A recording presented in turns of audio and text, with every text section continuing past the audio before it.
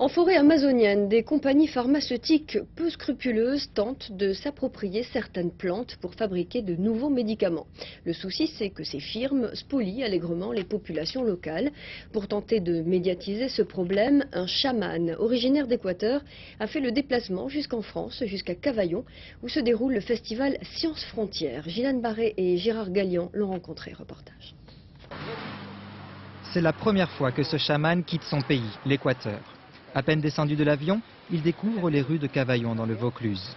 Il se dit étonné par nos technologies, nos voitures omniprésentes, nos magasins et nos passages piétons bien étranges. Mais ce sont nos plantes, même en ville, qui attirent le plus son attention. Cette plante a certainement une utilisation curative. On doit déjà l'utiliser ailleurs. Il faudrait vivre avec elle pour apprendre d'elle. Si ce chaman est invité au 17e Festival Sciences Frontières, c'est pour pousser un cri d'alarme.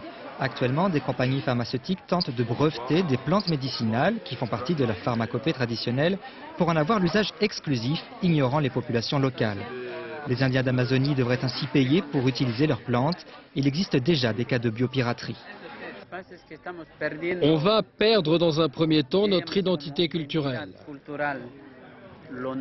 Ensuite, on va nous interdire d'utiliser nos plantes. Ceci est notre culture et on veut défendre nos plantes médicinales. C'est une forme de vol direct. Depuis 1980, date d'un arrêt de la Cour suprême américaine, le droit international reconnaît que tout est brevetable. Animaux, végétaux, micro-organismes et même gènes humains. Seul le sommet de Rio en 92 a tenté de construire un rempart législatif pour protéger le vivant. Dans certains cas, il est tout à fait possible de décider de faire des contrats et que si un industriel tire une invention brevetable d'une ressource biologique du pays X ou Y, il va reverser des redevances à la population locale.